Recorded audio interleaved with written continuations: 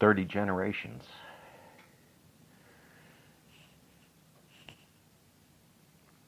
In retrospect, thinking on little pieces of why I did that video decades ago, let me see, 50 years ago, the conversations about how to store nuclear waste began. So technically that's a generation and a half. That's a lot of history that's just not common. It's not a topic for common education, eh? So in those conversations about keeping transuranic and keeping nuclear materials away from all life, not just human life. Because remember this food chain notion. We are a part of bigger systems around us, whatever you want to call them. However you want to label them, those systems exist. So those conversations about ended up focusing on where's the mountain that we're going to bury all the nuclear waste in? Utah? Is that where it is? Or Nevada? So there's an interesting long history, public history about that. You can find articles. What's even deeper is the sciences behind that. So what they're looking for is someplace geologically stable, okay? Geologically huge word encompassing billions of years of processes on the earth itself and plate tectonics moving things around. So this is where these people's minds were going. How stable? Where is some place that we could hide something and it can never escape?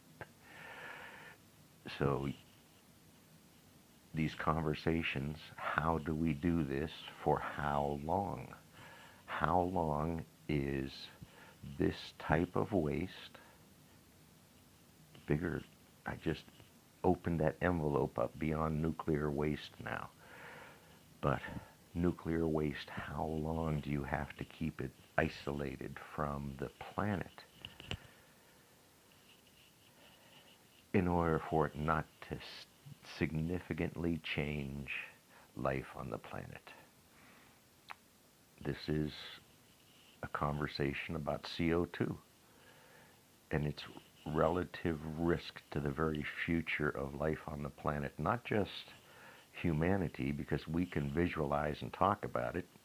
So this is the depth of conversations about where to store nuclear waste. It's thought of in terms of nature's cycles, including human nature. So putting 30 generations to 1,000 years, well, nuclear materials are a million-year consideration. You get into whether life will exist on the planet is kind of when it's safe for this nuclear material to come back to life. So even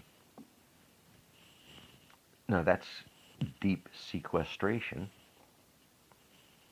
From a generation and a half ago, conversations had about risks and costs of and benefits of, and they came to the conclusion at the time that deep in a mountain in the middle of Western America is where that place needs to be.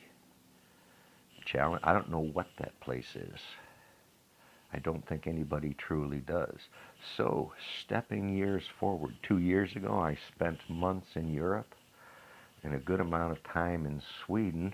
I was looking for detector physics and found a passionate country trying to solve a nuclear waste problem. So this was their conversations in some type of community setting. It wasn't scientists in a back room with politicians leading them. Think about that. It was just conversations about the life and times of Sweden and its future, generations and what to do with nuclear waste. So 30 generations is only 1,000 years. You can think that far ahead. If we're committing our children's and their futures to a water filter on every counter, what have we made?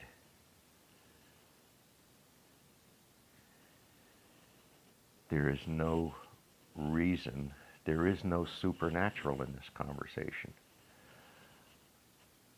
other than thoughts and mindfulness can help people understand why the conversation's important, why we can't just turn things off and pretend they're not there.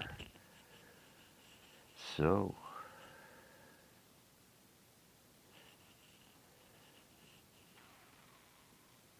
vote. Remind your friends to vote.